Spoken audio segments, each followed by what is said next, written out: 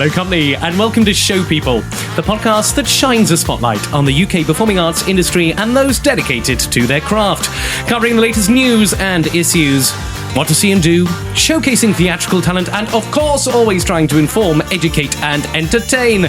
My name is Andrew Keates. I'm a director and your host. Now, today's guest is all about the producing, with credits including Zanna, Banana, Crabtree Simon, and Kray. He's enjoyed a residency at the London Theatre Workshop and is now the in-house producer at the newly opened Barn Theatre Cirencester, producing all of their upcoming productions. Please welcome to the stage the delicious Jamie Chapman Dixon! Welcome to the show! Thank you for having me. It is always a pleasure, never a chore. Coming up on today's show, I will be getting my theatrical tips out. On the platform, we have a song from Wardrobe, the musical. And I'll be interviewing Jamie Chapman Dixon, all about his life, career, and setting him some infamous Show People podcast challenges too. You are listening to the Show People podcast with Andrew Keates and bloody Jamie Chapman Dixon.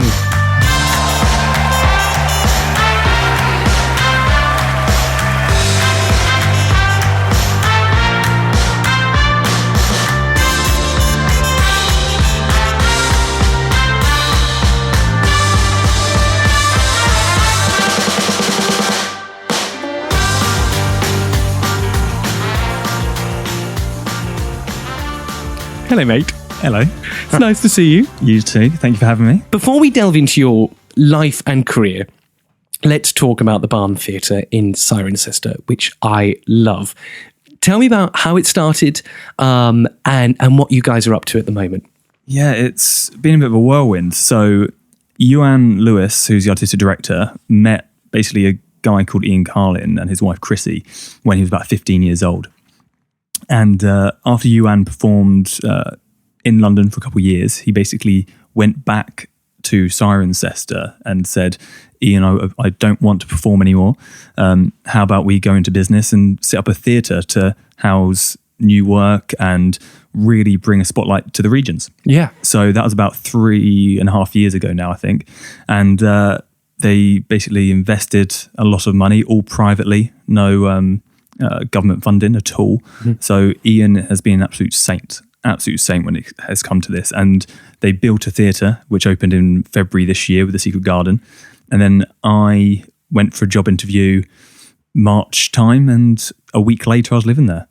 I've been to the theatre quite a few times now, and I love it. And there's clearly been no corners cut when it comes to investment. I mean, the spec of the equipment, And also, it's really easy, isn't it, as a director or producer, to get obsessed about the equipment in the theatre.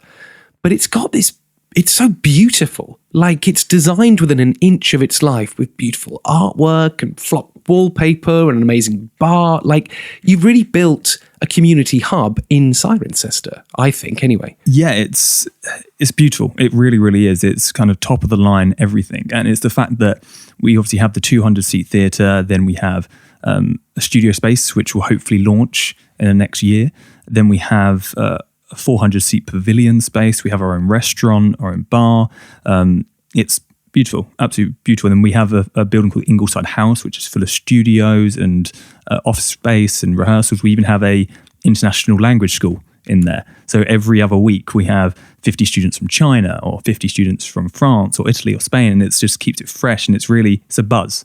It's beautiful, and the town is, well, they say that Hot Fuzz was based on Cirencester, right. And if you go there, you get that vibe, except without the weapons, obviously. No firearms. No. And tell me, I mean, what does Cirencester have a theatre scene? It's getting there. It really is. It's for the last 40, 50 years, it's had an Amdram company, Cirencester Operatic Society. Brilliant, high-end Amdram. But that's all they've ever experienced, and they've always done musicals. Mm-hmm. So they didn't even get the concept of plays. So we did 1 Minute by Simon Stevens recently, mm-hmm. and on the opening night, a gentleman came out and said, where's the music? Did the music not work tonight? Like, as in, I don't understand. And he really didn't understand that there was no music within the piece. And it's just kind of educating the audiences to love, obviously, happy, clappy musicals, but then love dark, hard-hitting plays like 1 Minute as well, and just kind of opening it up a bit. Tell me about some of the productions that have been on, because you've only been open about a year now. Am I right in saying? Yeah. So, February this year. So even less than that. So about 8-9 months. But we started with The Secret Garden, which we had a phenomenal actor muso cast on. They were absolute dream to work with. I kind of came in halfway through the run, so I was kind of the guest on that show. But they were absolutely a dream, and all of them have gone off to do amazing things, as they should and would do. Then we did 1 Minute, beautifully written, hard-hitting play, which was Yuan's directorial debut for the theatre. And he did really well. I was really, really proud of him. Really. Ewan, for the listeners who don't know, Ewan was a year or 2 years below me at drama school. I had a bit of a crush on Ewan. I did. Not now he's old, bearded, old and bearded. Big beard. Not now he's discovered ale. But yeah, I remember such a boyish Ewan at drama school. And I remember when it was announced, he announced it on Facebook that this was his idea about 2 years ago. Yeah. And I remember seeing it and going, this is a game changer for the Cotswolds. Like, this is such an exciting thing. And bless him, when I saw him after, when he started putting the productions on, he was like, you were the first and only person to comment on that. And I was like, well, look where you are. So yes, 1 Minute, which Ewan did, and he was nominated for an award as well, wasn't he? Yes, he was nominated for Best Director at the Stage Debut Awards. Brilliant. Unfortunately, we didn't win it, but just to be nominated among the other people who were there was tremendous. And it just proved that our tiny theatre in the Cotswold can be noticed. And it's the fact that we have had support from the big papers, from the stage, who are a big supporter of ours, and everyone from big titles to small, tiny bloggers. As in, everyone has kind of heaped support for us, which we can't thank enough for. And then once 1 Minute was done, we moved on to The Rise and Fall of Little Voice, which was directed by Michael Strassen, and that was a dream show. It was brilliant to work on that, and our set was the first time we've actually had a physical set, because Secret Garden was so heavy on projection, and 1 Minute was, I don't think there was a second without projection on that show. It was just so intense but beautifully done. So it was great to see the stage with an actual full-size set on, and then that was the last one we've done so far in-house, and then we've announced Hound, the Baskervilles and Just So. So Hound, the Baskervilles started tech today, actually. Oh, bless him. Yeah. So, I phoned in today because obviously I'm down here for the afternoon, but apparently it's going well. Great. And tell me, so who's in your cast for Hound of the Baskervilles? Sure. So we've got Herb Quanalo, we have Hal Dowsall, and then we have Dominic Brewer. Dom Brewer. Yeah. He's brilliant. He's a brilliant, brilliant human. And if he's listening to this, I wish them all the very, very best. But it's not Sherlock Holmes as we know it, is it? It's not like a traditional sort of Holmes and Watson thing. It's done with a bit of a wink to the audience, I believe. Yeah, basically the whole show opens with the three guys coming on stage and introducing themselves as themselves, and then going on to say how many characters they're playing, which I believe is 14 in total. Wow. It's absolutely intense and insane, but it's brilliant. It's one of the funniest things I've ever seen. Really? Yeah. Oh, yeah. It's hilarious. And I suppose it's quite a coup to do it now. What with the success of, Mark Gatiss's Sherlock, for example, all those stories are now sort of in the zeitgeist at the moment. And I suppose there's a newfound love of Sherlock Holmes. So speaking of extraordinary costumes, what is your next show? After that, Just So. Yes, of course. Just for people who don't know about George and Nance's Just So, just let them know what it is. So Just So is a bit of a crazy story. Basically, it's based on the Rudyard Kipling Just So stories. And basically it's about a bunch of animals on an island and an eldest magician who kind of makes it all come to life. But it's just a beautifully woven story of a mixture of beautiful music. A lot of people know it from the song Wait a Bit. Yes. And apart from that, a lot of people don't actually know it, which I find really bizarre. Yeah. I wasn't actually that knowledgeable of it before we actually started looking at it. But since we have, some of the characters in it are just so powerful. Well, you did it. You. I might have done the London revival, yes. I did. I love it. I absolutely love it. I mean, it's a family show. That's what I love about it. And it's got moments in it which, which I find deeply, deeply touching, personally. But I suppose the concept I love, but was a nightmare for production design, is how the animals got their spots or their stripes or their patches. And it's the first time on a show that I had a magic consultant, because there's so much magic in it. You have to have animals literally go from being beige, plain creatures to a zebra on stage. And it is written, that's how you got to do it. They can't just run off and put on a jacket. Like, you can't, you have to do the magic on stage. The eldest magician kind of makes everything come to life, and you have such creative characters in there, from like the Parsi who talks to his stove, but he never actually really cooks because he's so in love with cooking, but he also loves and respects his ingredients so much that he doesn't want to use them. So it's that weird concept of, well, it's just a weird concept. My favorite thing about it is how you can bring out such human traits within the animals and vice versa. Oh, hugely. Thinking of the zebra and the giraffe, for example, which when I did it were two, how should we put it, Essex slags, let's put it that way, who always loved going out, etc. But of course you had the sort of zebra who would always chomp. So of course we gave a chewing gum, and just the delight. And especially knowing that, I mean, we did it at the Tabard Theatre, which I know you've worked at. Yeah. What was delightful was knowing that for a lot of children, that was their very first time in a theatre, and it wasn't a 2,000-seater. It was however many the Tabard seats, 100 or whatever it is.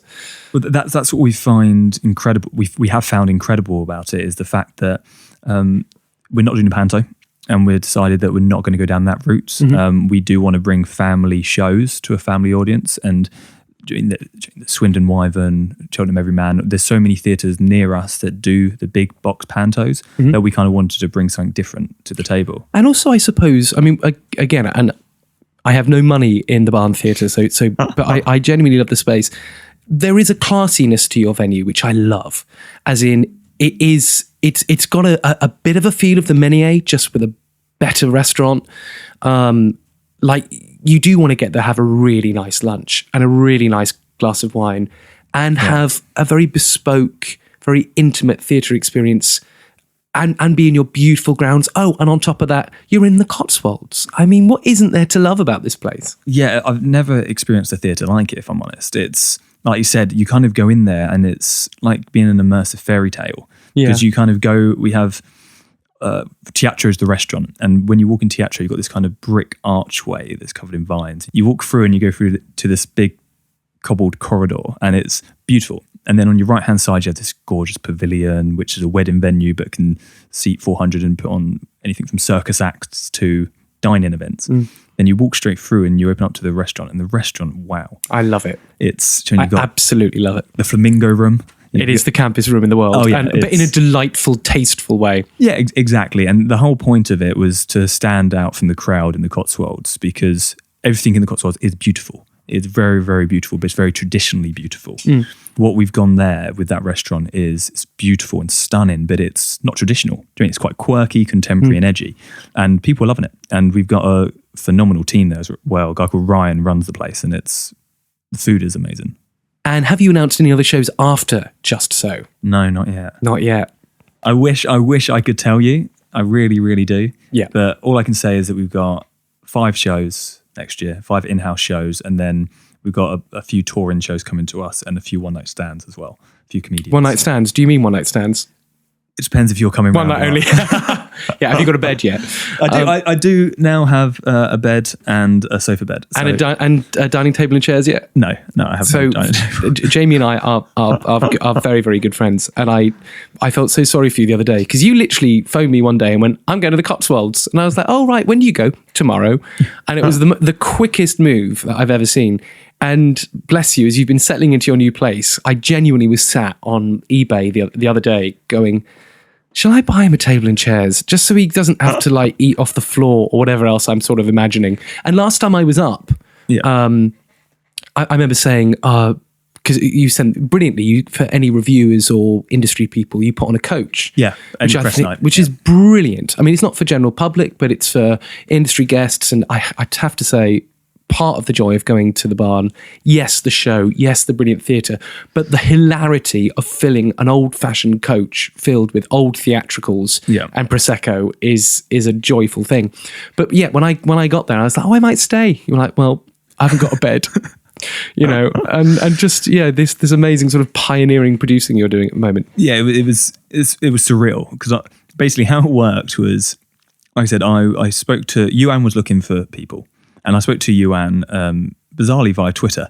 It kind of popped up, and I saw the Secret Garden. There's such a buzz around it, so I messaged him, said I'd love to come and have a look at the theatre, have a look around. So I travelled up, went to see the Secret Garden.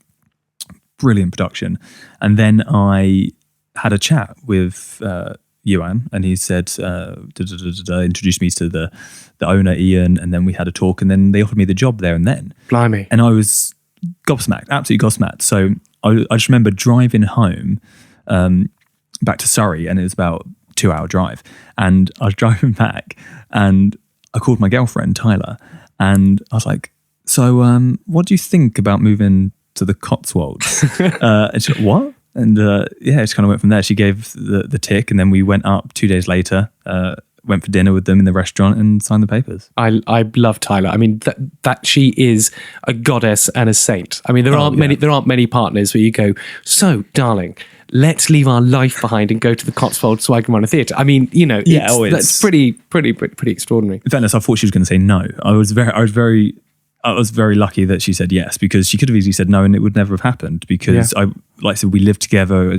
Now I spend, because she still is based here in London, so I spend the week in Cirencester and the weekends with her. So, and then she sometimes comes up, and it works well, and we're getting there. I mean, the other thing as well is when you hear Cirencester in the Cotswolds, you think that it is miles and miles away. Oh, you think like Aberdeen? It's not really that tough to get to. No. I mean, it's a bit of a cow when it comes to trains. There's no train station. Like that is irritating. Yeah, but then you know there are so many different ways that you can get there. Exactly, and the joy is that because I drive and have my own car, it makes life a hell of a lot easier. That I can just finish work on a Friday, jump in the car, and be home back in London by 8 o'clock. My advice would be go up the day before. Get an amazing B&B. Yeah. Like, treat it like a mini break. You know, go and see the Cotswolds. It's beautiful. Go and find a tea room, whatever you want to do. Then go to, you know, treat yourself to dinner at Teatro and see a show, knowing that you're also supporting a really vibrant new independent theatre. That's what I would urge listeners to do. Now, I have a little challenge for you, Jamie Chapman Dixon. Okay. I'm going to give you 60 seconds. Mm-hmm. And I have managed to find some questions about Sherlock Holmes. Oh my God, no. Yeah, I know. Literally, I know. Really? So I want to see how many of these questions you can answer about Sherlock Holmes in 60 seconds. Jamie Chapman Dixon, your 60 seconds starts when I can find the button now. In which novel did Sherlock Holmes and Dr. Watson first appear? Hound of the Baskervilles? No, incorrect. What number Baker Street was Sherlock Holmes' address? 41. Are you kidding me? 221B, you're a terrible human being. Okay, you must know this one. Who was Sherlock Holmes' housekeeper and landlady? Mrs. Holmes. Mrs. Hudson. There's a H. This is the easiest one. Which musical instrument does Holmes play? Mandolin. He plays the fucking violin. I know nothing of Sherlock Holmes. I mean, I'm going to ask this. Who narrates the Sherlock Holmes stories? As in which character tells the story? Sherlock? It's Dr. Watson. I cannot believe this. You can tell that I don't watch Sherlock Holmes. I haven't even seen or Sherlock Holmes. read them. No. Final question. Which famous quote by Sherlock Holmes was never actually said? Really? Famous quote. The most famous quote associated with Sherlock Holmes, and it was never actually said. Elementary. My dear Watson. Yes! Yes! Brilliant. Well, brilliant. I love how you didn't say well done. No, I'm not going to say well done. I'm just going to look at you with this pitying glare. You might as well ask me about Star Trek. I mean, I can do that if you want. Should we start again? Spock. Oh, God rest that Nimoy. Yeah. Well, yes, Jamie Chapman Dixon, clearly a great lover of the works of Sir Arthur Conan Doyle. You're a liability. That's embarrassing. Hello, This is Trekkie Monster, all the way from Avenue Q. You are listening to the Show People podcast with Andrew Keates. Yeah!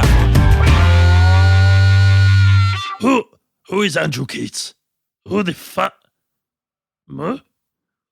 Let's start at the very beginning. Yes. You're not even going to say a very good place to start, are you? No. So where did you grow up? Where were you born? What was a young Jamie Chapman Dixon like, or a younger Jamie Chapman Dixon like? Yeah, I went to any other kid. I went to the local school, same as my sister. Went to the same reception, same primary, the same secondary. The only thing we did differently is college. Mm-hmm. So I went to a place called Strode's in Egham. She went to Brooklands in Esher. I'm not sure where Brooklands is anymore. But yeah, it was great. It was just kind of nothing special really. I was always into drama, always. I wasn't the most popular kid in school because I did drama. Yeah. So it was weird when I left year 6 to year 7. Year 6 I was in the football team. I was a sporty guy. Went to year 7 and it was kind of like a weird split of kids. So I remember vividly on my first week that someone said to me, "Do you want to come and play football?" And then these other guys were just hanging in the quad and just not really doing much. I mean, just talking. And I was like, "No, I'll stay here and chat." And I remember after that, I was never invited to play football again. Wow, and outcast. Then, and then that was it. Then I was done. I was thrown aside. It was bizarre because I chose these geeks with, you can't see my fingers right now, but they're inverted commas. Yeah, and I was quite comfortable just there. So yeah, I never joined the football team again. I never did any sports again at school. It just kind of went in that direction. It was bizarre. And how were you introduced to the theatre? What's your earliest memory of being involved in the performing arts or seeing something from the performing arts that made you go, I want to do this? I think Panto. I think it was Panto. It was my parents. No one in my family's in theatre in the slightest, or in music or in entertainment. None of them. Mm-hmm. But we went to Panto, obviously from a young age, and I was always the kid. I used to have like a blonde bowl cut, and I was always the kid when I was like 4 or 5 who'd get on stage. And I was always that one who'd make sure I got on that stage and got that free chocolate bar for doing a little dance or something. And and then after a while, my mum kind of made this routine of us once a year going to the theatre in London. So every year we went to Chicago, thoroughly ordered Millie, Lion King. And it was lovely. It was always on Boxing Day or around that kind of time frame, and I was hooked, absolutely hooked. And then the nail in the coffin was, for my work experience, my dad organised for me to go to Piccadilly Circus, and then so I did Piccadilly Theatre, Leicester Square Theatre, and Richmond Theatre. Yeah, and I did that over 3 weeks, and that was it. I sat in the marketing offices, the fundraising offices, the front of house. Everything. I sat on the lighting desk, the sound desk, and it was amazing. Yeah, it was just that kind of. I was like, this is what I want to do. That's so many. I imagine for a young impressionable kid to see that world, how would you want to turn your back on it? And tell me, what were some of the struggles that you had as a kid? Was it just relatively happy, or you said you weren't very popular? Yeah, I look back on it and I think everything's over dramatized. When you're in the moment, you always feel like it's a hell of a lot worse than it is. And when I look back on it, it probably wasn't even that bad. But at the time, I felt like it was hell. So I was, in my eyes, severely bullied when I was at school, at secondary school. A-level college, fine. Primary, fine. But secondary school was a nightmare. Hated it. Hated every single second of being there. It was. I avoided school. And then I ended up being pushed down the grades. You know when you have like classes? So I was pushed down to the bottom kind of sets because I was getting distracted so much by being bullied in class. And majority of that bullying was homophobic. Mm-hmm. I'm a straight man, but because I did drama in school, people kept saying I was gay. Yeah. But looking back at it now, it's ridiculous that even bothered me. Because if someone called me gay right now, it's not an offensive slur. Yeah. So looking back on it, I'm like, what did I have to be upset about? At the time, it was like, I'm not gay. I'm not. Yeah. So it's bizarre. Let's jump to Millennium Performing Arts. Yeah, Millennium was great. Which I always really surprised me as a school. And I love, there's great people come out of Millennium. But it was never the school that I thought, Jamie Chapman Dixon and Millennium Performing Arts, so that's the winning combination. So when did you apply? It's a Frankenstein combination, and I completely know that. Yeah. And everyone in my year knew that. Like, everyone was like, why is this guy here? He doesn't know what he's doing. So basically the story goes, I was at college, at A-level college, and I wasn't doing that well. I was passing drama. I was doing really, really well with drama. And then I had English was going okay, but apart from that, it wasn't sticking. You know what I mean? I wasn't a straight A student, let's say. And basically the dance teacher there came up to me at the end of my first year and said, look, we're not going to kick you out. We want you to stay. But we really like it if you join the dance program. And I was like, what? I'd always loved drama, but I'd never, ever thought of dance in my life. No. And basically, they said, why don't you come join the dance? We need more men, really. We need more boys. We need more of a male presence. So basically, I started doing it. And at first I didn't take it too seriously. Because my experience of dance was at secondary school. It was the PE teacher was the dance teacher. Yeah. Like that was the course. So I didn't take it seriously in the slightest. But when I got into it and when I started learning, and there was something there that I loved, absolutely loved about it.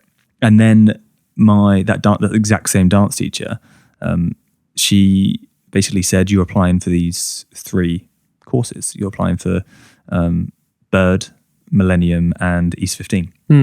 So I was like, okay, I'd never heard of these places before in my life. Yeah. And I was like, okay, so I applied, didn't get into Bird, got into East 15 and got into Millennium. Oh, that's a decision. Do you do the dance route or do you do the... Well, it was stage combat. Oh, I see. It's bizarre. But looking back on it now, it's just strange because I loved acting, but I didn't go for any acting courses. Yeah. It's just strange. I went for the dance course at Bird, the musical theatre course at Millennium, and the stage combat at East 15. It's quite a scattergun approach, isn't it? Absolute scattergun. And also potentially 3 totally different career paths, which if you had gone to whatever door... Yeah, completely. It was absolutely bizarre.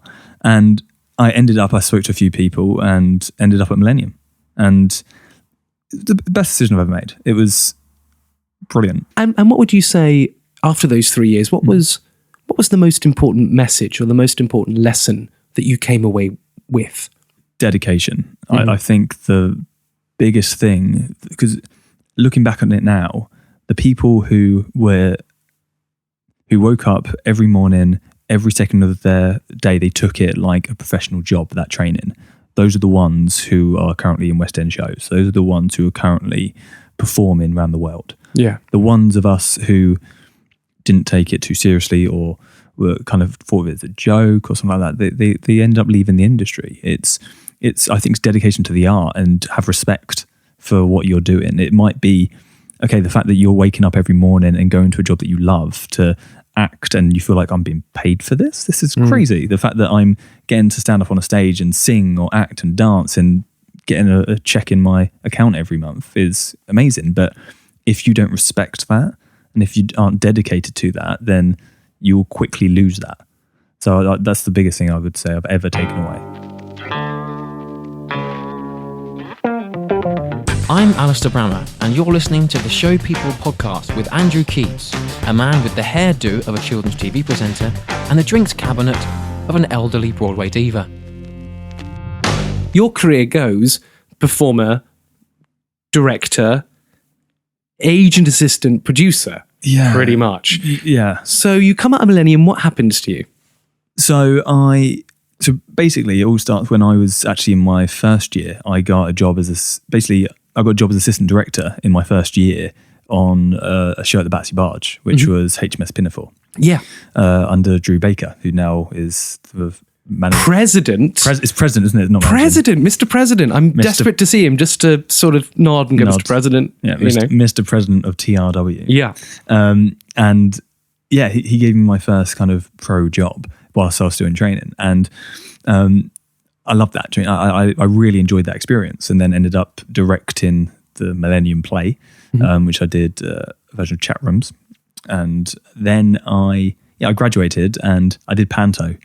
And Lee Waddingham still takes a mick out of me to this day about my performance in Panto. What were you? I was just a ensemble. Just a dancer? Just a dancer who can dance. It was great. So I thought what I was going to get at. So at the end of the 3 years of Millennium training in dance, you couldn't dance? Okay, so I could... My biggest fallback was flexibility. Mm-hmm. I'm just not flexible. I'm... Poor Tyler. Yeah. She still has a go at me every day about it. I'm 6 foot with really long legs, but I just do not have any flexibility. So by the end of the 3 years, when I started, I couldn't even do a pirouette. I could leave doing triple pirouettes, double tours. It was fine. But when it came to stringing them all together and doing grand jetés and really doing some leggy work, I just couldn't do it. Because I got told by a teacher once that if you're not flexible, you got to fake it and basically just throw it up there. And the amount of times I pulled my hamstring because I just absolutely whacked my leg in the air, hoping that it kind of stuck, and it never did. I did Panto, which was an experience, and then I decided, you know what, I'm going to move on. Why did you go directing's not for me? I thought I was too young. I just thought I was too young. I had so much to learn, and if I was going to do it, I would need to go retrain. I would need to go and actually take the craft seriously, as in actually give more to it. So at that point, I didn't know what I was going to do really, and it's bizarre. I went to see a charity concert at the Good Ship, and it had CJ in and Stephen Mitchell, and I was sitting there and I was thinking, it's not like great. As in, the performance were brilliant, but it was like the organisation, it was very sloppy. It was very kind of stop, start. And I was like, I can do this better, I think. So 2 days later, I booked the Battersea Barge for 70 quid, put it down, and then said, okay, now I've got a date. Now I've got to fill it with something. I don't know what. So I end up putting on the first singer soiree on December 2012 and did them for a year. And then that's when it clicked. Everything just went bump into place. Fab. So you did lots of these singer soirees. How did your experiences as a director influence you to become a producer? How did that, producer hand get higher than the director's hand? I think it was the fact that when I was doing those director's jobs, I was still more interested in what the producers were doing. Yeah. I was still really interested in finance and spreadsheets, and I literally could sit every night looking at spreadsheets. There's something about it I just love. The organisation of just putting numbers into columns and columns into lines. And even on my downtime, my Tyler has a huge go at me because my biggest addiction is Football Manager. And Football Manager, all it is spreadsheets. Yeah. And that's literally all it is. So I go to work, do spreadsheets all day, then go home and do spreadsheets all night. It was weird. It was like I said, I started as a performer and then I got pulled back a little bit, as in behind the camera. So pulled back one step to director. Then I got pulled back again. There was something, I don't know what it was. There's always something pulling me back. And then all of a sudden it just clicked into place when I started producing. We'll start talking about your producing credits, but do excuse me for a moment because I just need to get my tips out. That's right, here are my theatrical tips of things to see and do this December 2018. Just So at the Barn Theatre, Cirencester. Just So, the musical, will be entertaining audiences in Cirencester this winter.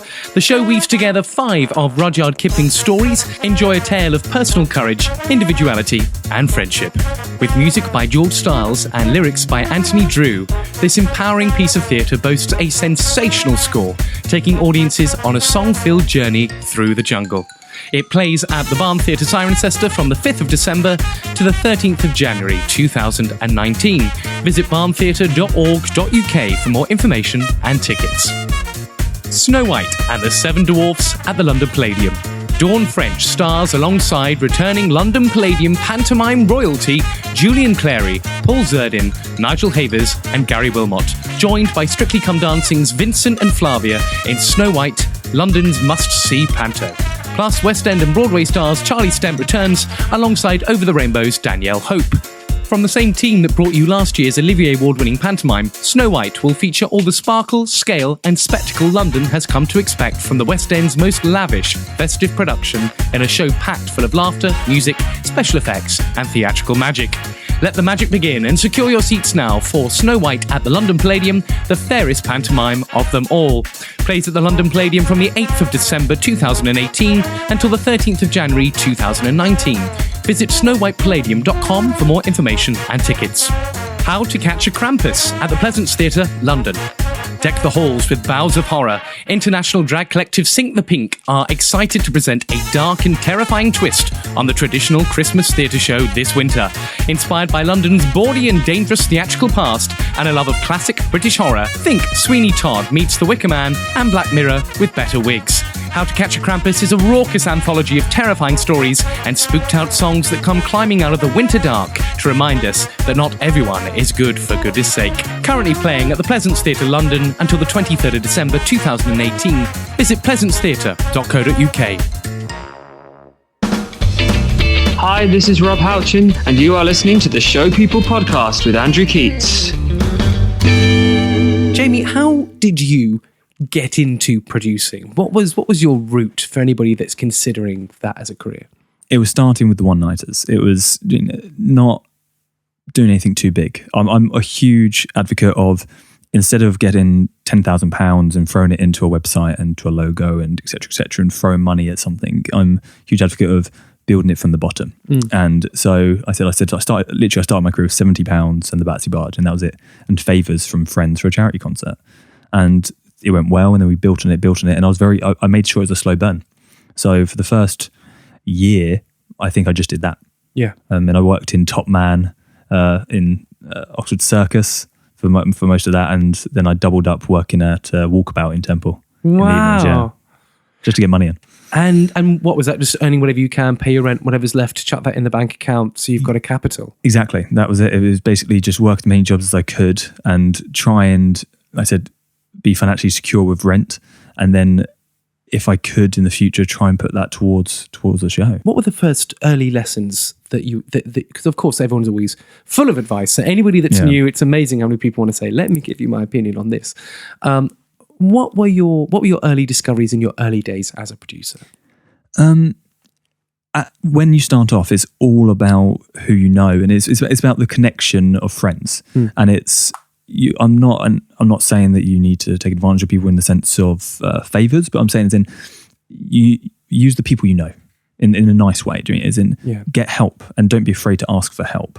So reach out to all your contacts and say, look, if there's something you've got a downfall on, ask them for their help or their opinion. And I asked people who'd produced before. I asked friends who hadn't produced but had been in the industry for quite a few years. So it's kind of getting a mix and match through them. And then they kind of, on my first ever show, they kind of held my hand through it, because if they hadn't, then it probably would have completely sunk.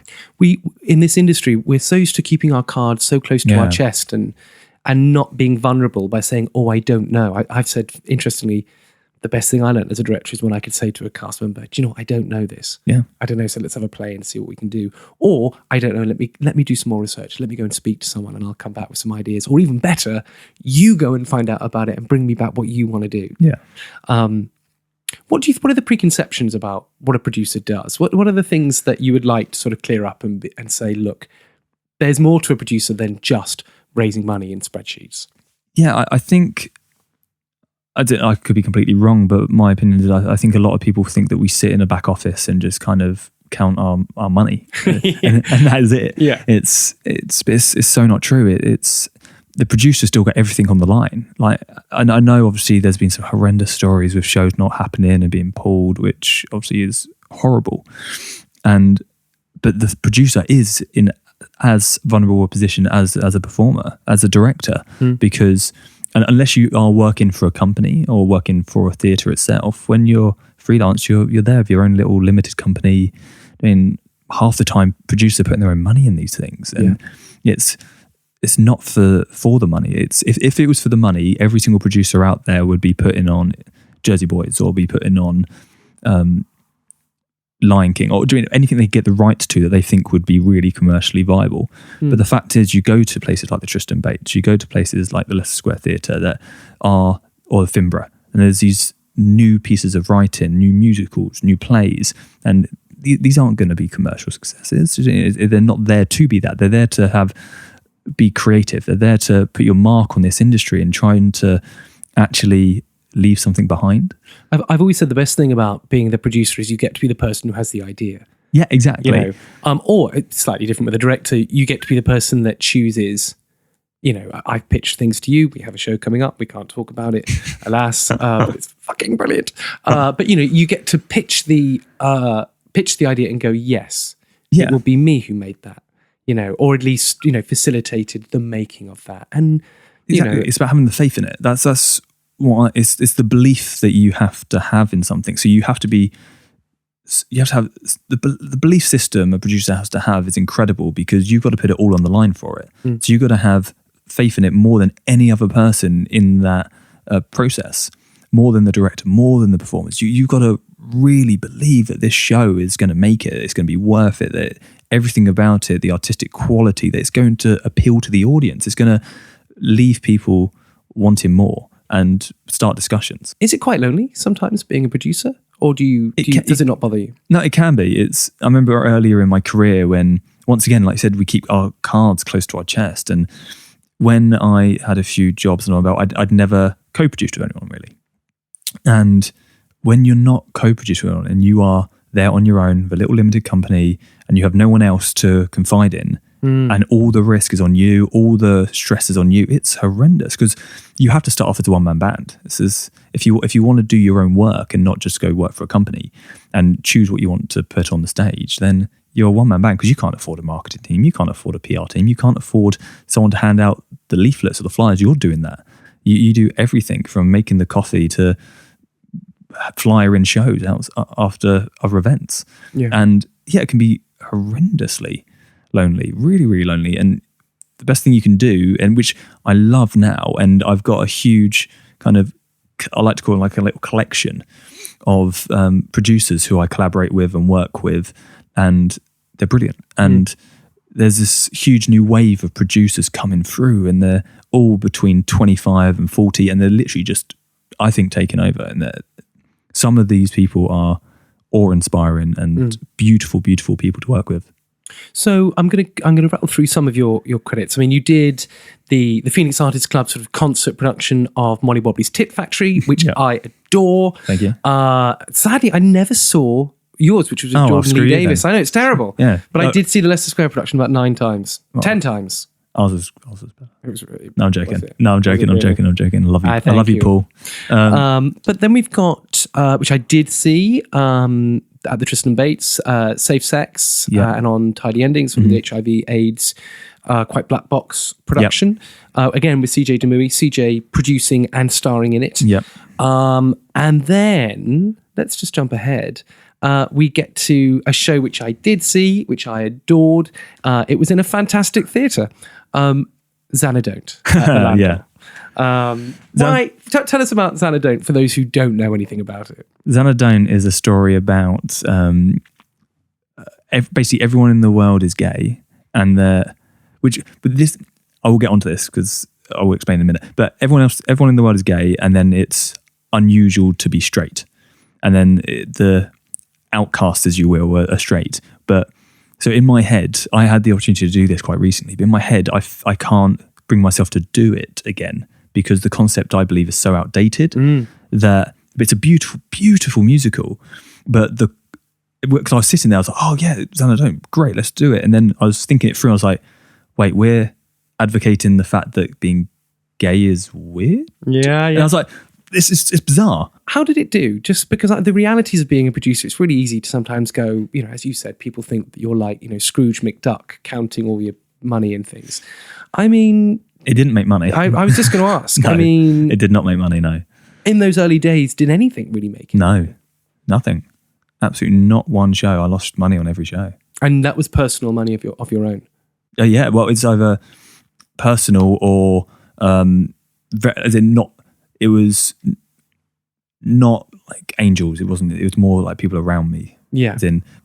Luckily, we never lost huge amounts. But yeah, it was hard. It really, really is hard at that kind of level to make money.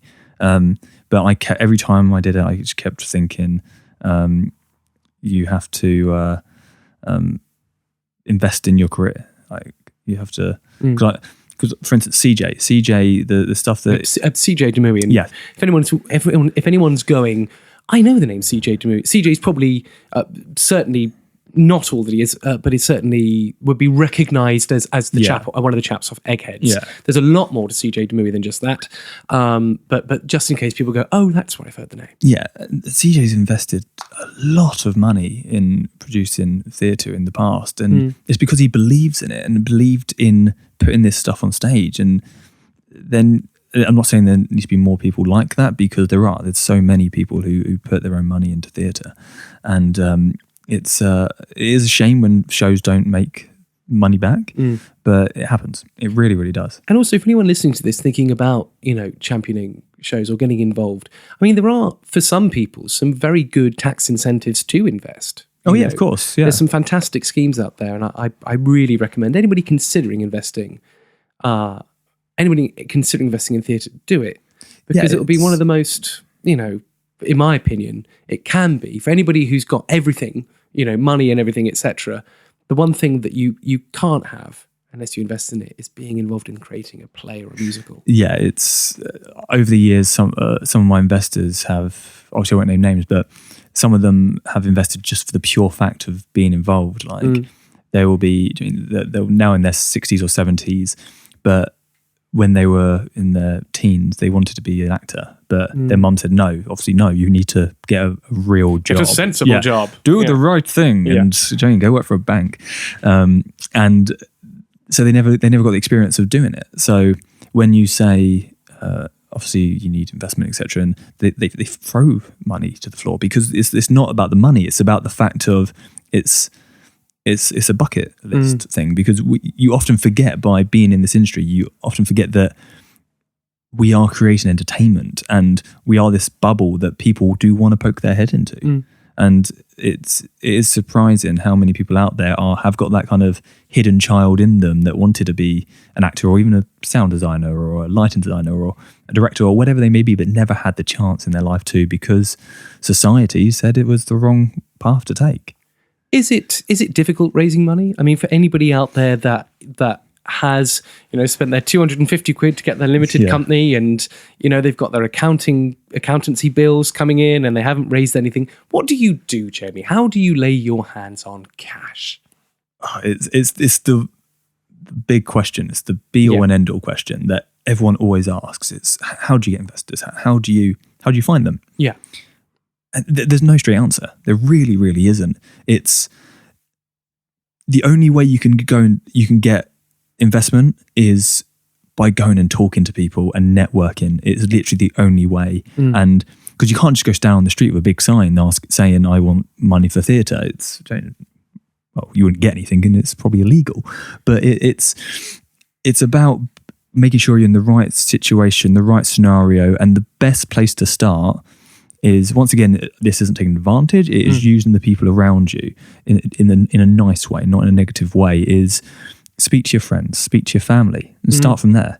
And once you have a track record of putting on shows and the show's doing okay, and then once somebody would invest £500, the next time they might invest £1,000, then £200, and then you're on your 10th show and they're giving you £10,000 because they've got that track record with you. And that's all it is. It's don't go too big too quickly. And that's why I said earlier about don't get £10,000 and just throw it at the wall. Like, take everything down to the bare bones and just start with a workshop. Start with a closed workshop piece just to get your head around it, and just doing single line budgets. Just go start basic and work your way up. But it's very hard, very, very hard to raise money. And you obviously put your head out there as an executive producer, and you said you had some difficulties with some of the early work, as every producer does, and also at a time, of course, where profit share was sort of acceptable. Now, and I won't go into it again because I've discussed with so many people on this show. I do wonder if the likes of you and me and Paul Taylor Mills, who was on this, I do wonder if we would have any careers if there were certain things in force. The equity fringe agreement, I think, is a great thing. Oh, it's brilliant. Absolutely brilliant. But it would have been just even more thousands of pounds to have lost. And this, I am frightened that we are losing this sort of camaraderie together. Let's all put on a show together, and I'll take the loss. Yeah, I'm not sure how. It's so hard to do it. Like I said, I always believe that everyone should be paid fairly, and as you should. And I'm just sound like a broken record because everyone is singing the same tune, which is beautiful. But it's very, very hard, like you said, when you've got. I did some of my earlier work. I had to cast at 20. There's no way the show wouldn't have happened. No. Simple as that. As in, it's not about let's try and it just wouldn't have happened. My opinion is, if you're doing profit share in your early stage of your career, fine. If performers are happy to do it, fine. But do an open books policy. Yeah, it's so easy. As a simple thing. All it is literally just, here you go. That's all it is. It's just showing them that the line, it's not the fact that money's been squirreled away. It's more the sense of, that's my rent. The producer's rent is actually there on the table in front of you, and you can see why he is working. Do you know, like I said, I used to go and work in Top Man, and then I steal some costumes, use my discount to get costumes, and then take a day off and go check in on the cast or something, and then that evening go work at Walkabout, and that would just about pay my rent. Yeah. And then once again, I was working 20-hour days. I remember it was the worst thing in the world. I was doing singer soirees. We were up to our biggest one, September, at St. Giles in the Fields. And my whole life was on my phone. I couldn't afford a laptop. Yeah. My whole life was on my phone. And I was at Holborn, walking towards Holborn Station, and someone cycled past and took my phone out of my hand. No. Yeah. And I didn't... what the hell is you... Nothing was backed up, nothing. Yeah. And it was gone. Yeah. Absolutely gone. So it was the fact of, firstly, I just lost £500. Yeah. So, which I could not afford, really couldn't afford. And secondly, that whole concert was on that phone. I just remember going home and having a meltdown. Yeah. Absolute meltdown. I just couldn't move. I was just sitting on the sofa, like, didn't know what to do. Yeah. And it was, like I said, I had to call my parents and say, look, I have, help. It literally was. It was, I have no phone. I've got this work to do. So they were kind enough. They lent me the money and got me a new phone. But once again, all that work was lost. So I spent the next week, I think, just trying to get that back. And obviously it wasn't all back, but it was the most embarrassing moment of my life because I was underprepared. Because there was no other place for that work, that once it was gone, I had to go back through every single person I'd ever spoken to involved with that and apologise. And these were people like the Strallan sisters were in this, like, and it was John and Jones was in it. It's just, and it was the most embarrassing moment of my life. Hello, this is Francis Raphael. When I'm on my own, pretending he's beside me, I listen to the Show People podcast with Andrew Keates. It's time for the Show People podcast platform, the part of the show where we like to give a bit of airtime to showcase new writing. And today's work is from Wardrobe, a new musical. It's composed by Ian Stevenson with a book by Tom Alsop and lyrics by Adrian Kimberlin. Wardrobe is a new musical in development telling the dramatic and true story of the World War I exploits of Patrick Fowler, a trooper with the 11 Hussars. Stranded behind enemy lines, he hid for 5 months in the woods around Le Cateau in the northern France quarter at the end of 1914 and was taken in and hidden by Madame Belmont-Gobert and her daughter Angèle in their cottage in the village of Battersea, and Fowler was hidden in the wardrobe in their living room. He remained in this way out of sight of up to 20 soldiers at a time for almost 4 years. On Christmas Eve 1915, his wife received a telegram from the British Army stating he was accepted as dead for official purposes. In October 1918, a South African Scottish battalion liberated the village only to find Fowler wandering out from the house and in a desperate way wishing to return to his regiment. He was arrested as a deserter and saved from court-martial only by a chance encounter with his commanding officer from 1914, Major Drake, the first British soldier on the scene. We're going to hear a song called Home by Christmas, sung by the character of Edith Fowler, wife to Patrick, who has been missing for 14 months. The War Office declares him accepted as dead for official purposes and sends Edith a telegram on Christmas Eve 1915. As she reads it and sings of happier times with her husband before the war, Patrick dreams of returning to her. His French allies sing of their woes in France, whilst the Germans sing Still Nacht in this finale to Act 1. Performed by Lucy Follows, George Stewart, Liam Sargent and Aidan Cutler, here's Home by Christmas from Wardrobe, a new musical. What's on paper? Bring the news that I fear. What's my answer? How could you just disappear? Is that brightest star burning where you are? I believed that you'd be here.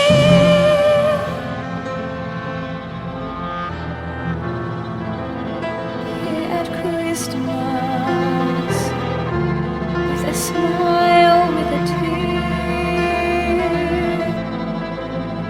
Here at Christmas, one more time to hold you near.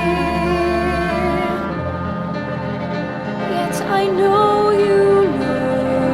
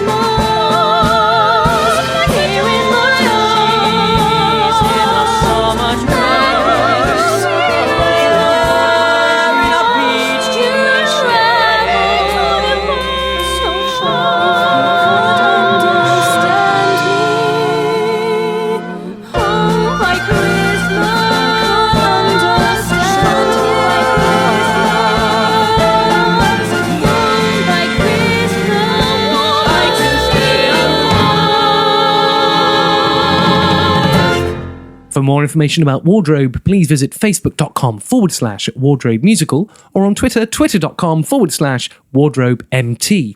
Are you a writer, composer, or artist who creates original work? Well, we want to hear from you.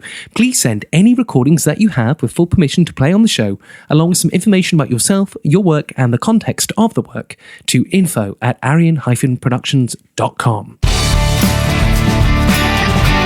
This is Liam Tamney, and you're listening to the Show People podcast with Andrew Keates. I see you shiver with anticipation. So a venue that was probably quite instrumental in your learning is the London Theatre Workshop, where you had your first sort of residency as a producer. What was it like being involved in that venue? It was amazing. That venue, obviously it's moved now. It was obviously in Fulham Broadway. It's now moved to Holborn.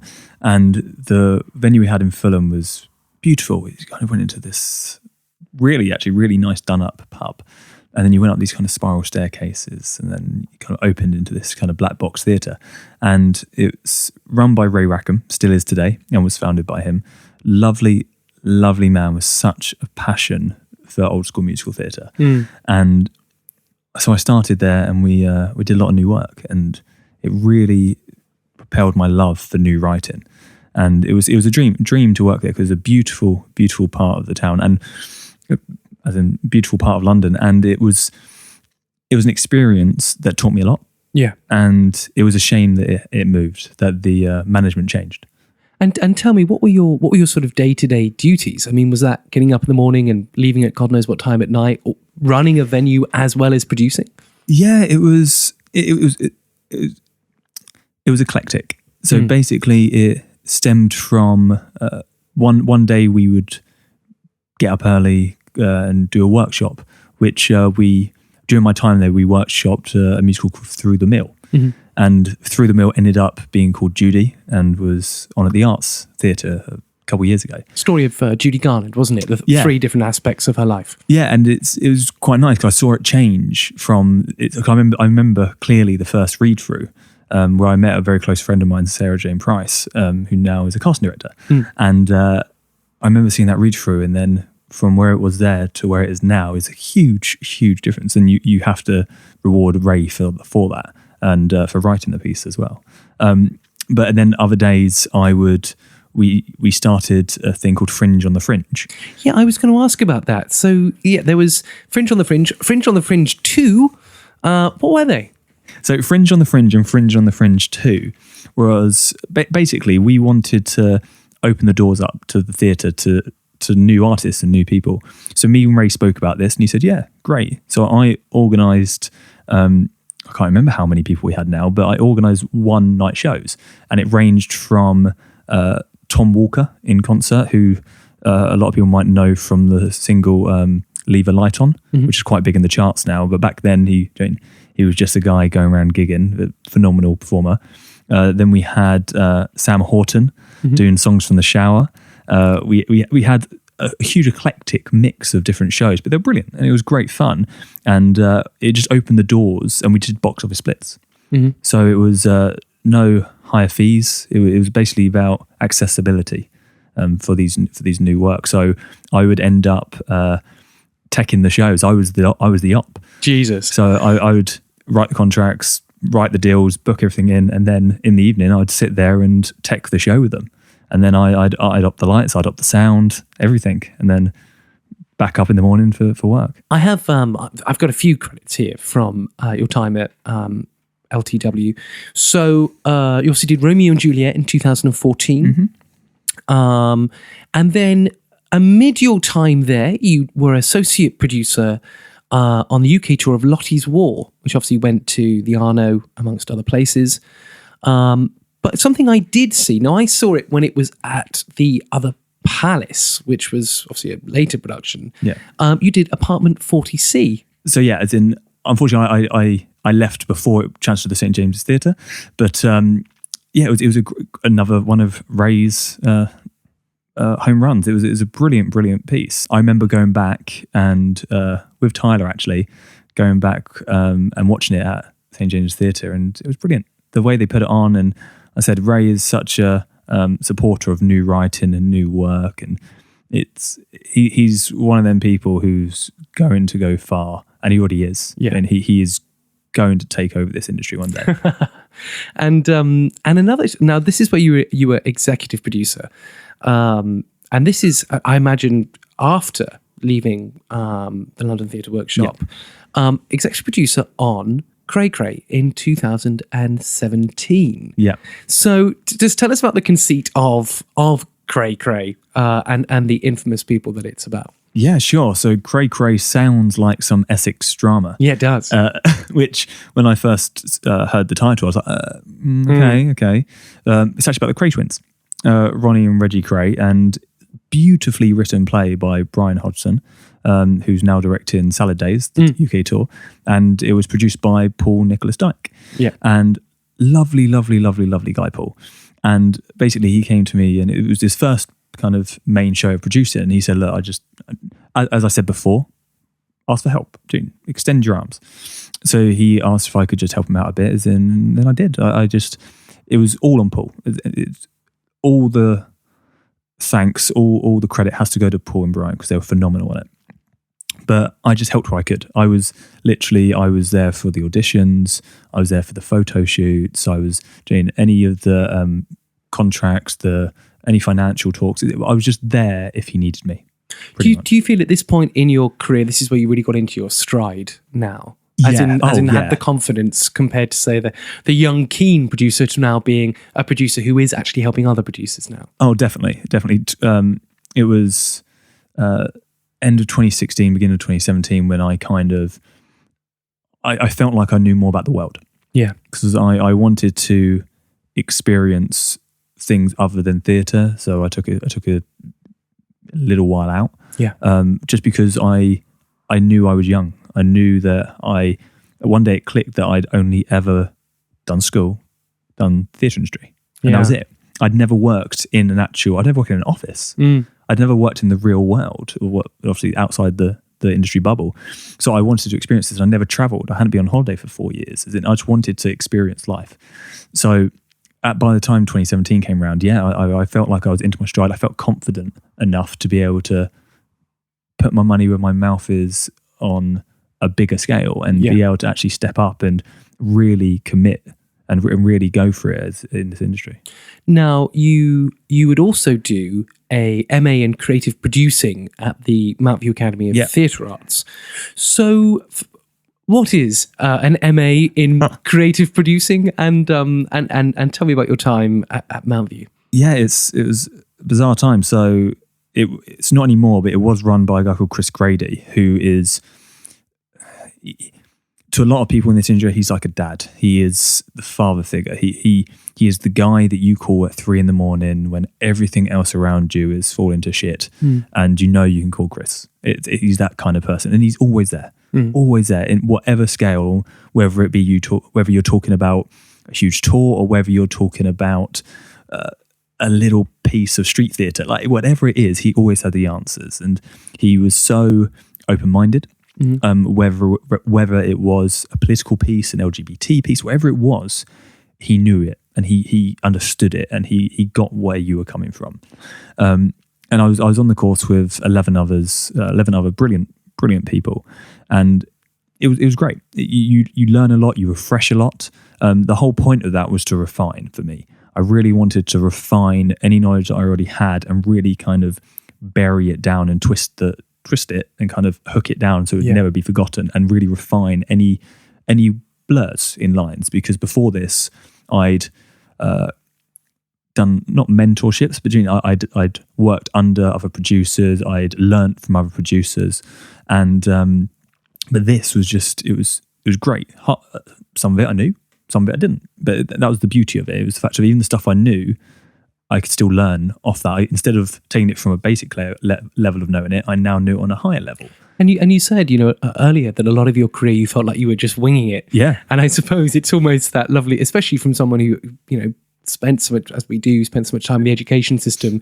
It's almost nice to be a tiny bit academic about, right, if I do that, it leads to that, it leads to that. Exactly. Oh, that's the stage that I'm missing out on. Exactly. And it made me feel like less of a pretender. If that kind of makes sense. It made me feel like, okay, I'm actually not winging it. I actually do know what I'm talking about. I've got good instincts. Yeah, I do know what I'm doing. And it kind of, when you sit there and you're doing a course of a master's level and you're like, actually, that's okay. That's I'm not drowning here. I understand what's going on, and it was fun and interesting. And it's it kind of secured my mindset, if that makes sense. It was that last tick in the box that I needed to. And again, similar to the same kind of question I asked you with Millennium, what were the key things that were drilled into you every week that you've taken from that course that perhaps other producers might find helpful as advice? Well, so my nickname, everyone had a nickname, and mine was Baron break-even point. So I was always talking about the break-even. I was always, we have to get to this line. We have to. That's the aim, Jane. Get to the break-even. Everything else is a bonus. Jane, it's. I wasn't looking at making the millions. I was looking at putting on a bit of work and no one losing out and recouping. Yeah, exactly. And that was the goal.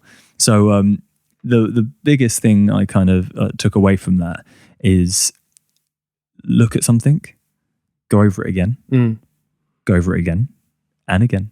And it's just repetition. It's anything from whether you're doing your finances and doing your show budgets, or if you're looking at the rights for a show or how to approach the right. It's anything. Just make sure that, because you only get one shot at a lot of these things. Because if you put out a budget and it's wrong, then all of a sudden you've got a show that's going to cost you an extra £10,000 or £100,000 or whatever it may be. Yeah. And then you're screwed. You're absolutely screwed because you can't change it, because you just set the bar and your ticket sales at that. You've set it. So same with if you approach a rights company about a show, and if you don't have the exact vision, the right, then they're not going to talk to you again about it. They're like, no, we know you're not serious about it. So it's about just being 150% confident in what you're doing. Don't be overconfident, and obviously don't be arrogant about it, but make sure you know what the plan is and you know wholeheartedly what you're doing next. Hi, I'm AJ, or Anna Jane Casey, and my life in show business is crazy. I run marathons just for the thrill. It's flicking hard, but the challenge is brill. And then, when I collapse through my door, when I've pounded the parks, streets and more, I sit and I soak up my feet while listening to the Show People podcast with the fab Andrew Keates. You obviously then established Rigmarole Productions in 2017/18. Tell me, let our listeners know what you said to me when I heard, you've got Rigmarole Productions, and I thought, like I started out and everybody else, lone person on his own, with a bank account and a credit card. What did you do that was so, what I think is impressive with Rigmarole to begin with? We built a team. Yeah. I made sure I wasn't alone. Pretty much. I made sure that I wasn't doing it on my own. So I've got I've got Joe, who's amazing. He's basically the behind the scenes guy. He does all the taxes. He does all the paperwork. He's just that guy who you need, who is just phenomenal. Then we've got Piers. Piers is lovely. He's a good boy. I've got a lot of time for Piers. Yeah, bless him. He's so enthusiastic about everything, but in the correct areas, if that makes sense. Since he doesn't go off on a tangent, he's focused. Yeah, very focused energy, and he's such a pleasure to work with. And then we have had in and out. Others join us and leave us, but it's been great. And then we made an establishment with Smith Scripts, which is a licensing company, a guy called Paul, who we work alongside closely with, who's a lovely, lovely man. And the whole idea was about making a family and connecting this family. And then we have others who we use part-time and freelance and who come in and help and then leave again. But Piers and Joe are full-time. And just so people know, so Rigmarole has quite a few strands to it, as well as being a production company.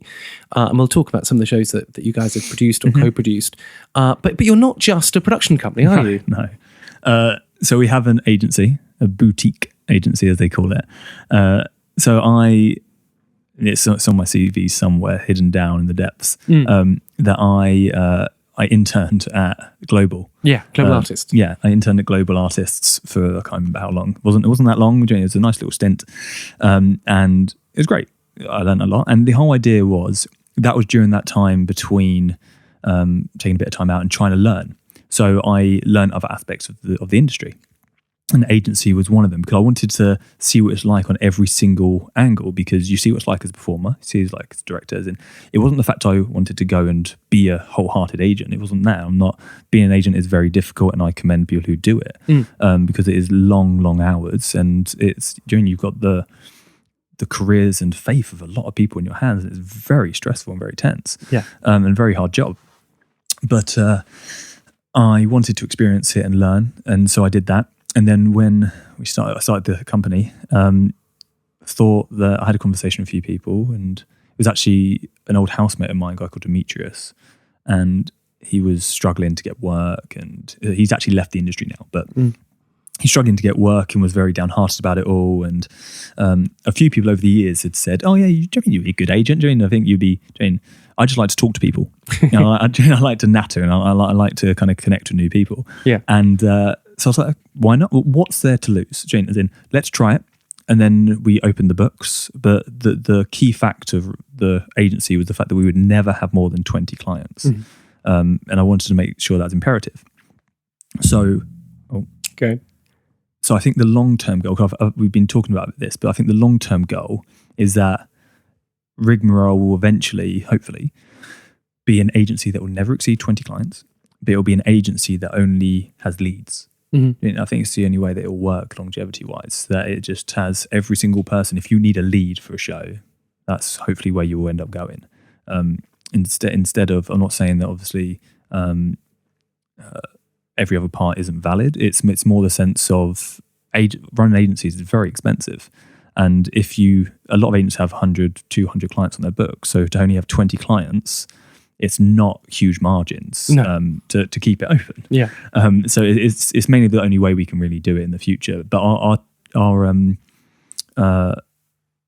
clients at the moment are lovely, absolutely lovely. And Joe and I, because since I've been at the barn, Joe and Piers obviously take the lead on. I was just going to say, so it must be very, very difficult having something that you've created and now being in the barn and being torn a little bit between both production companies. But I suppose. Yeah.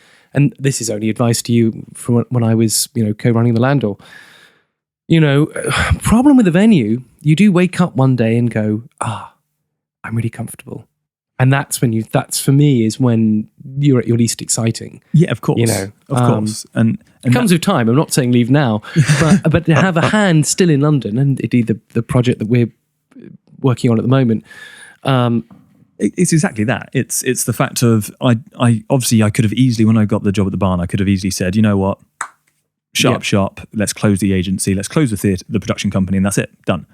But I didn't want to do that, and we had quite irresponsible, especially with the clients. Yeah. So I had a chat with the team, and obviously that never even ran through my head, the fact to close it, because we always thought we're building something here, and it's working. Our clients are getting work, our productions are making money. So why would we just throw that away?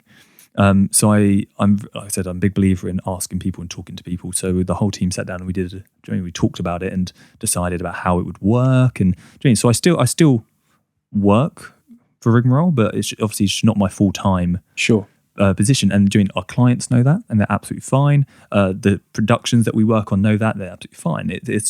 It's that blend, and that's why a lot of our productions we do co-productions or associate productions with people to get involved, keep out there, and keep moving forward. And you also offer a general management yes, we do indeed. Service. So again, for performers going, general what does a general management what does a general manager do? What are the nuts and bolts of the nice things that you take away from the producer having to worry about? Yeah, of course. So so basically the general management is just, like I said, the day-to-day kind of, so you have obviously you got your production manager who handles the day-to-day of the production, making sure the set's done, everyone within the production team in the creative team are getting their job done. And then the general manager is just keeping hold of the budgets, making sure that the tour, if it's a tour, we need to book it, negotiating the deals. It's more about, because some producers out there don't have the time to they have an idea, they have a show, they have the backing, the money. They just don't have, and they want to put it under obviously their title, their company, but they just don't have the physical time to run it and run the day-to-day operations of it, because it's producing a show and being a general manager on a show is incredibly hard and time-consuming, because you've got to think that you look at it like an umbrella, and the general manager / producer is the little nib at the top of it that sits on the top and just makes sure the rest of the umbrella is stay in place and safe. Because without that, it would all kind of fall apart. So you need to constantly be talking to your marketing team, your PR team, your fundraising team, or whoever it may be, and making sure your investors are happy. And with a general manager, the only thing you probably wouldn't do is the producer would probably bring the investment in, so they'd have that connection with the investors, and then you kind of do whatever the producer needs doing, really. Even down to silly things, just like, paying the wages and making sure that payroll is sorted and holiday is booked and all that stuff in association with the company manager as well. Exactly. It's like I said, it can, but that's the thing with theatre. It's every position is so flexible, because you go on a show and then you have a stage manager who's also the company manager, who's also the production manager. Yeah. And then you go on a show where there's a production manager, there's a stage manager, there's a company manager, there's an assistant company manager, there's assistants. And it depends on the size of the show, so every position is so every position fluctuates so much that there is, I wouldn't say that if you actually wrote down every position in theatre and said exactly what they did, there's no generic one, because every single one kind of switches in and out, and it's so fluid, which is brilliant, because you learn new techniques and new ways of working every single day, which is, I find, really fascinating.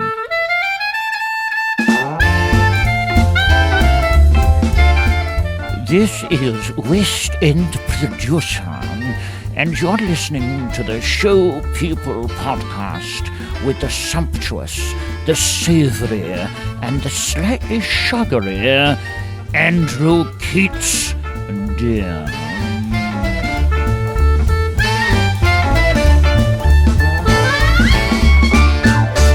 Jamie Chapman Dixon, I'm going to exile you.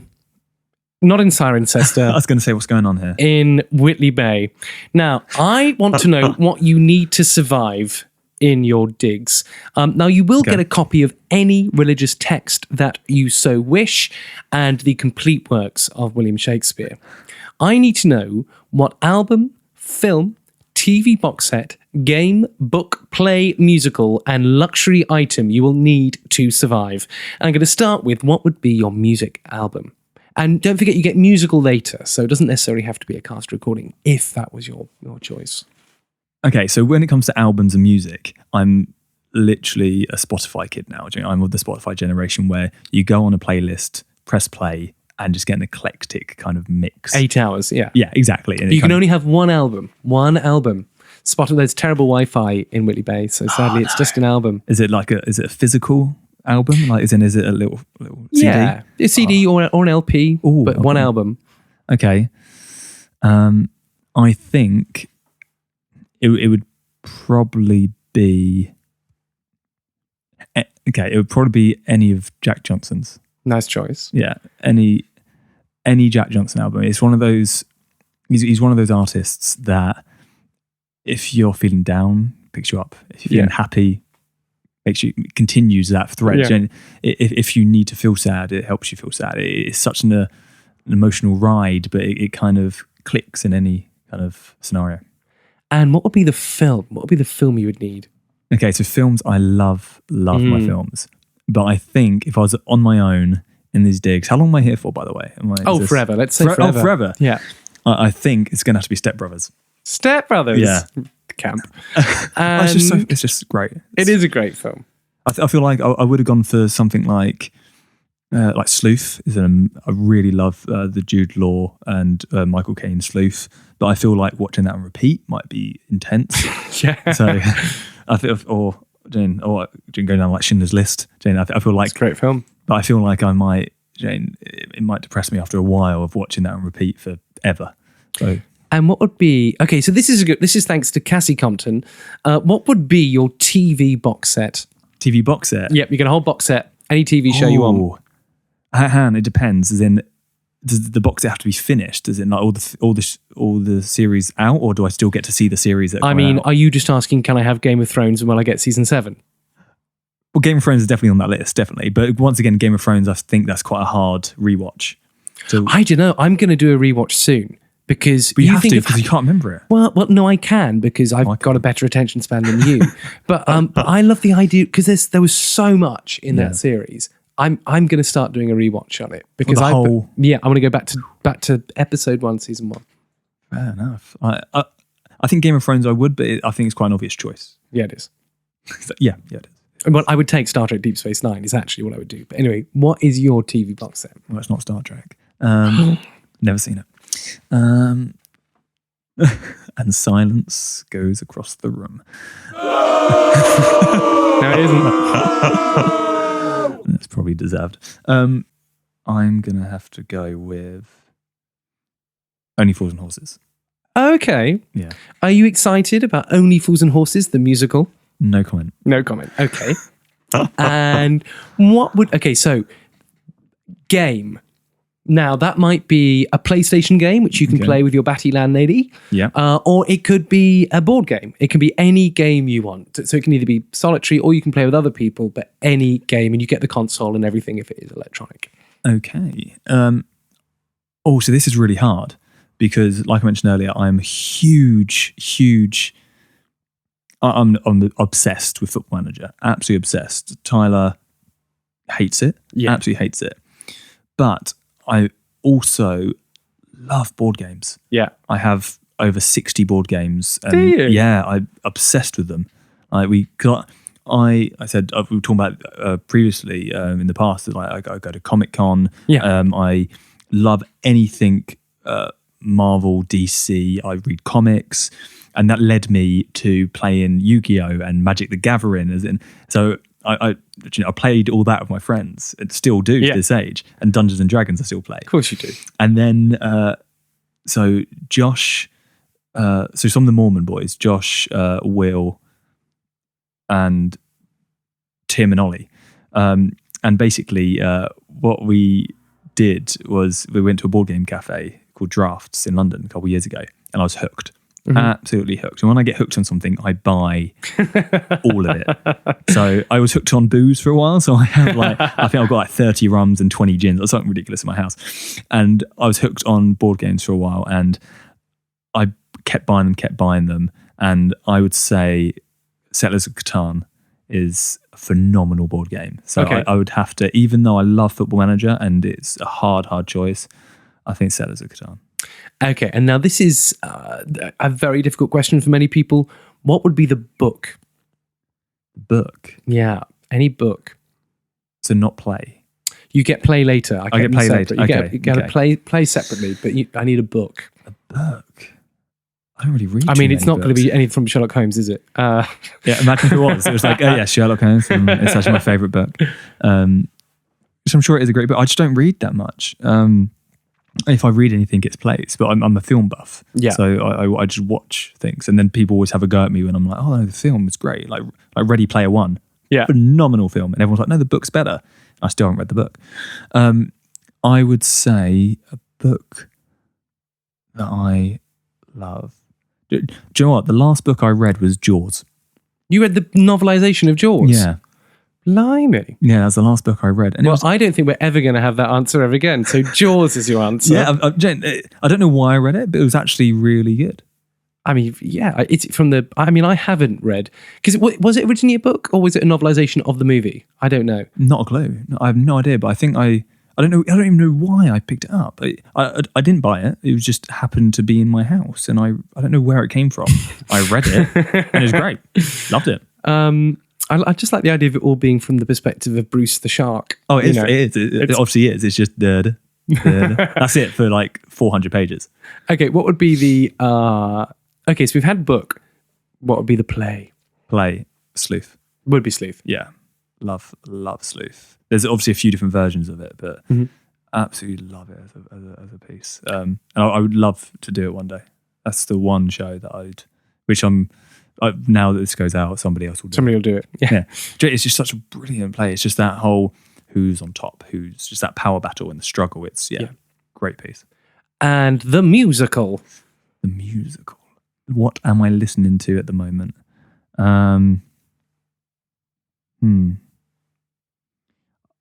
I don't want to say waitress, but You can say waitress.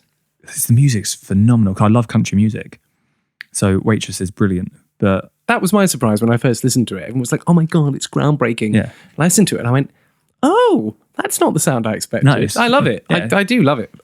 or Come From Away, beautiful. Yeah, I like that more. Beautiful music. But then Be More Chill. I'm really liking Be More Chill at the moment. But this is your only cast recording. Shit. It's going to be Zanna Don't, isn't it? It's going to be the I could GSA write books. production of GNS where Andrew Keates sings every single part. It's very, very good. Come From Away. Come From Away. Yeah. And finally, what would be your luxury item? So luxury item, can it be a person? No. Oh. No. Because people aren't items. No, I know they're not, but it's I feel like I'm going to get really lonely. Yeah, you will. Oh no. It's fine, I've got my jaws. You got jaws. I've got jaws and only fallen horses. There's nothing doing what else I need in life. Luxury item, can it be a phone? Because I can just call people. I mean, you can have your phone, but I'm not going to let you be able to call anyone. I'm going to take the SIM card out. So you can have, you can read and everything. But so I can use Twitter. And You can read Twitter. I can't post on Twitter. No. Oh, that's just harsh. I know. Well, I told you the Wi-Fi is terrible there. It's non-existent. Okay. Luxury item. What would I'm not that big into gadgets or... Doesn't have to be a gadget. Could be something sentimental. It could be something delicious. It could be something... If it's delicious, can I keep having it? If Yeah. that makes sense. Yeah, so I get it on repeat. Yeah. Okay, now we're talking. Now we talk food. It's going to be food. You can have a luxury item. It can't be anything it's got to be a treat. It's got to be luxurious. Okay, so I could say... Oh, I don't know whether to go with oysters or steak. Oh, what do I go? That's entirely up to you. You can't put oysters on steak either. That'd be weird. No, but there's blatantly a restaurant somewhere that does. Yeah, probably like oyster steak stuff. No, not steak stuffed oysters. Oyster and steaks. Oyster Steak and oysters. Steak and oysters. Yeah. That'd probably be disgusting. Oysters. Can I take oysters? Yeah. That's probably a weird... Oysters in Whitley Bay, and they're going to be fresh. Yeah, that's probably a weird answer, isn't it? Yeah, but to be honest, Jamie, nearly all of your answers were. Hello, this is Rufus Hound, and you're listening to the Show People podcast with Andrew Keates. But the real question is, what are you doing while you're listening? Stop touching that, you filthy bastard. Well, it is now time for everyone's favourite part of the show, Funny 5 Minutes. Jamie Chapman Dixon, you must answer all of the questions I'm about to ask you as quickly as possible within 5 minutes, but you are only allowed 3 passes. So use them wisely because you have no idea what I'm going to ask you. Jamie Chapman Dixon, let's play Funny 5 Minutes. I love this music. I love this music more than life itself. Jamie, what is your favourite dinosaur? Velociraptor. Can you show me the last picture you took on your phone? I can, but my phone's over there. Do you know, I can't be asked. What is your worst habit? Biting my nails. If you were an animal, what animal would you be? A squirrel. Why a squirrel? I don't know. There's something about them. They just seem mischievous and doing all over the place. It seems like it'd be good fun. They can be relentless killers. They know they've killed like all the poor red squirrels. Oh no, I didn't say I wanted to be a grey one. No, I'd be a red squirrel. I'd be a red squirrel. Be a fabulous Fight red back. squirrel. If you were a superhero, what would be your superpower? Everyone's going to say fly, aren't they? No, the perverts say invisibility. How many people have said invisibility? I have to go and double check my records. I do keep a tally at the home. Musically, what is your guilty pleasure? Country. If somebody narrated your life, who would it be? Someone narrated my life, who would it be?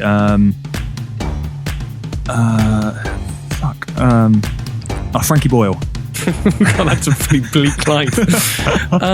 What is your favourite sport? Football. What is the strangest thing you've ever had in your mouth? I have no idea. Is that a pass? Pass. Is it a pass? That's a pass. It was a penis and you know. If you had an autobiography, what would it be called? Winging it. That's not a bad answer, actually. I know the answer to this. Star Trek or Star Wars? Star Wars. I mean... Oh, come on. Wrong. The most important question we ask, would you rather fight one horse-sized duck or 100 duck-sized horses? 100 duck-sized horses. And the rationale for that? I feel like I could outrun them because they've got little legs. Oh, so you wouldn't fight them? You would flee from them? Flee. I'm not going to hurt a horse. That's really mean. It is a mean thing, especially somebody living in the Cotswolds now. What are the best kind of pants? Boxers. No, they're not. They're not. Nobody has ever looked at a pair of boxers and gone, that looks sexy. What's it, briefs? Well, I mean, like a tight boxer brief, maybe. Keeps everything together. Oh, yeah. I'm not talking about, like... What do you call them? I don't think they're called boxers, are they? They're really... I'm not talking about... They're called a trunk. Are they called... See, I'm not that... I'm going to talk to Tyler. Poor Tyler. Poor fucking Tyler. Do you believe in ghosts? No. Do you have a teddy bear? Yes. What's his name? Brownie. And how long have you had Brownie for? 26 years, not my whole life, because it was my sister's and I stole it. I know, dark. Controversial. How do you like your eggs in the morning? Fried. Sum up Donald Trump in one word. Twat. That's the answer. What is your least favourite word?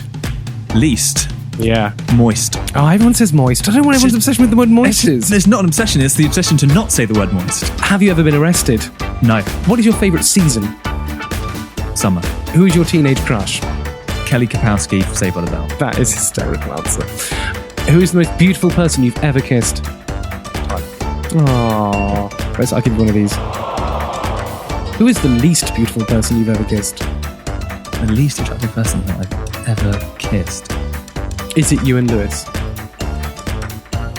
haven't kissed you and Lewis. He wishes. Andrew Keates. Oh, wow, that's a shame because that's all the time that we've got left, says me with my magical buttons that I press with music. But sadly, that is the end of the show. But before we go, I'm going to squeeze in a few of my parish notices. Firstly, thank you to everyone involved in Wardrobe the Musical, and congratulations to everyone who made it into my theatrical tips. But ladies and gentlemen, please go mad for the delectable Mr. Jamie Chapman Dixon. And the crowd went wild. Jamie, how can people keep up to date with you personally on social media? So the main one for me is Twitter, which is @JamieC.Dixon. And what about the Barn Theatre? I know you've got all sorts of handles flying around. Yeah, so we have obviously the big ones are Twitter and Facebook. So Twitter is @The Theatre, and then Facebook is @The Theatre Cirencester. Fantastic. And I'm sure if you search for both will come up. Yeah. Mate, thank you so much for coming on to the show. Thank you for having me, really. Well, hopefully next time we can do a secondary episode when we can finally announce the exciting shows that are coming. Don't forget, you can follow me on Twitter @Andrew Keates.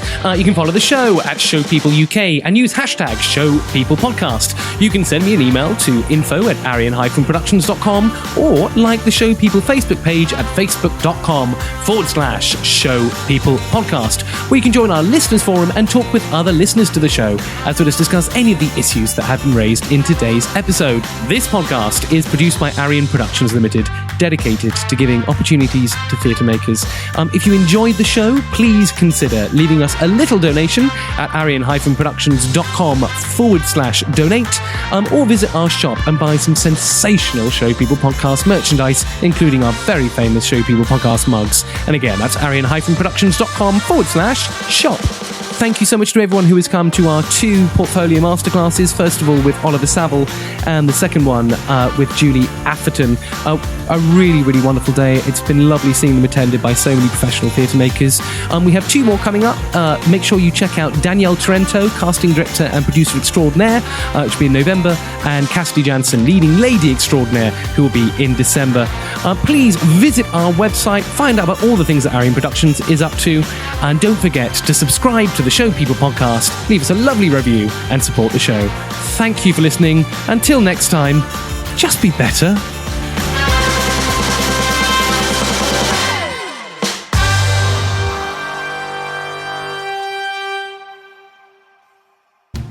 Who was your teenage crush? What's her name? The woman out Saved by the Bell. I remember Zach. Yeah, I remember Zach too. Did he die in a car crash? Yeah, I believe he died in a car crash. Really? Yeah. That's either horrible myth that is a or myth. horrible See, tragedy. That's the lie that if he was here, he'd be like, yeah, people think I'm dead. Like, for God's sake, I'm not dead. I want to work at the Barn Theatre. What's her name? Sorry, I want to get that. I can't remember. Courtney? You can't just say the girl from Saved by the Bell.